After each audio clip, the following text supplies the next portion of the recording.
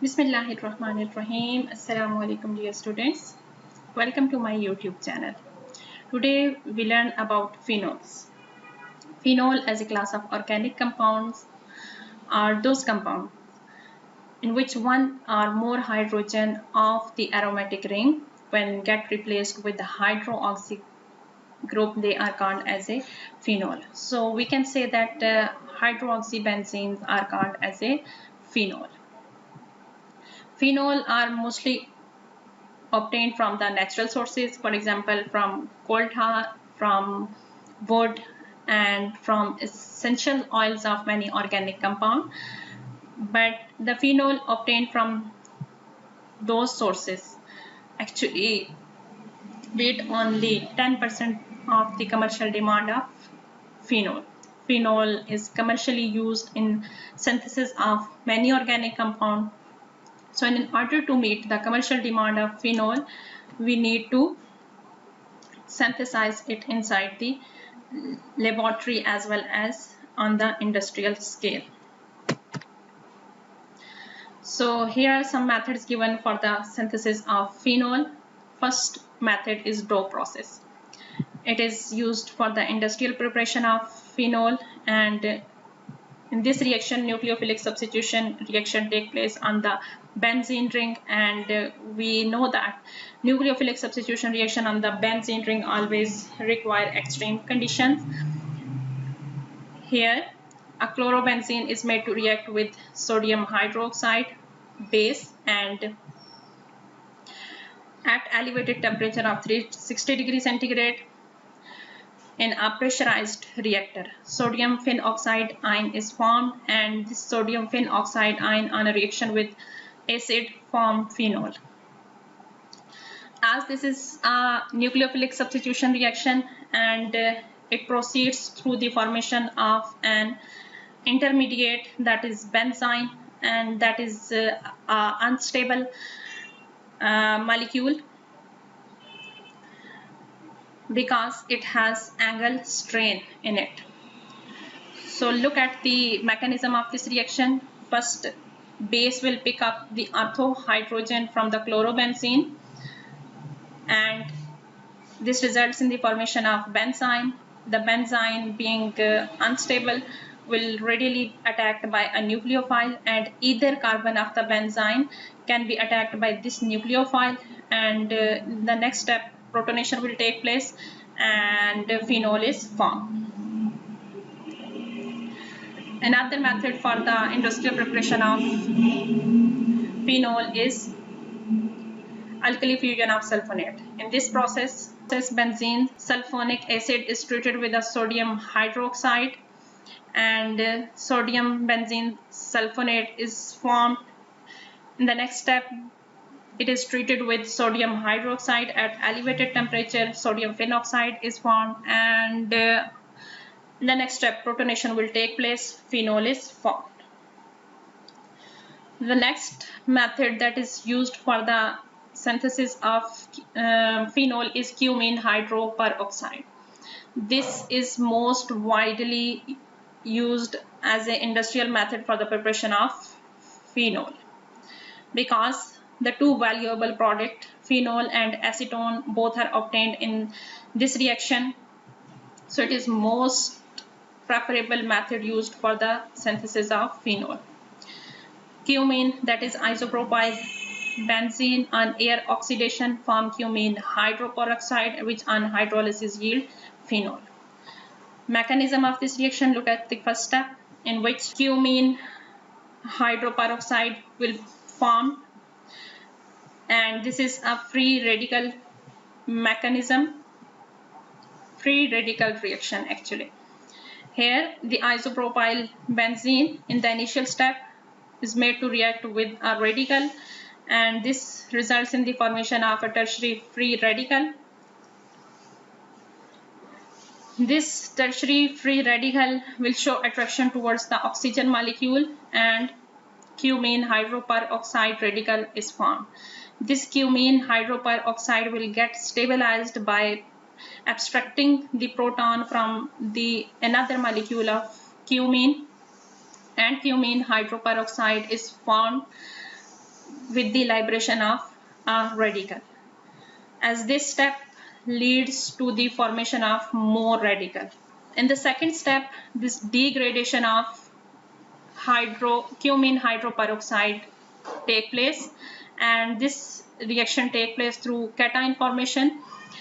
This cumene hydroperoxide will pick up the proton from the water molecule and form oxonium ion. This oxonium ion is unstable, and this will get stabilized by loss of water molecule. Now this oxygen is positively charged, and it would get stabilized by the shifting of phenide ion. Phenide ion is actually phenyl ring with an electron pair that is ready to form new bond. So a tertiary carbocation is formed. Tertiary carbocation will get stabilized by attack of water molecule, and again another oxonium ion is formed, and this oxonium ion will get stabilized by loss of proton. And this loss of proton in the next step will be picked up by the ethereal oxygen by acid-base reaction. And here we say that the positive charge on this ethereal oxygen actually leads towards the deficiency on the carbon that is attached next to this oxygen. So this deficiency on the carbon will be compensated by the non-bonded electron pairs that are present on the hydroxy oxygen, and this would lead towards the breakage of bond between carbon to oxygen atom,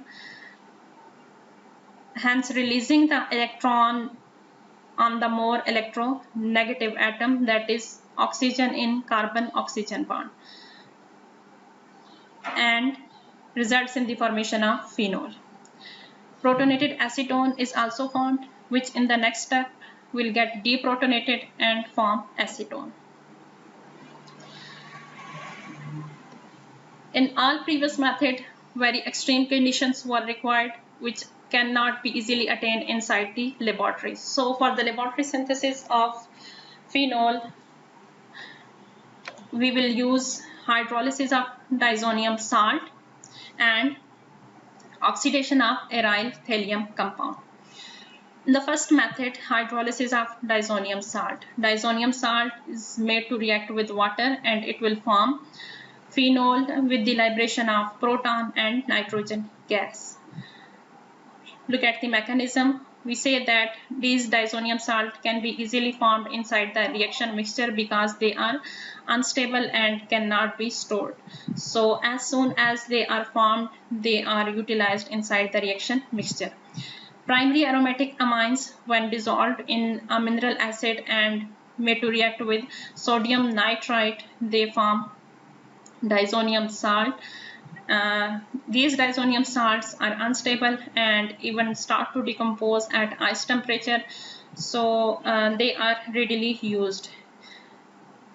This diazonium salt is made to react with water in the presence of heat and mineral acid, and this will result in the formation of phenol, as the hydroxy group of the water will get attached on the aromatic ring and nitrogen will leave from here in the form of nitrogen gas, and phenol is obtained.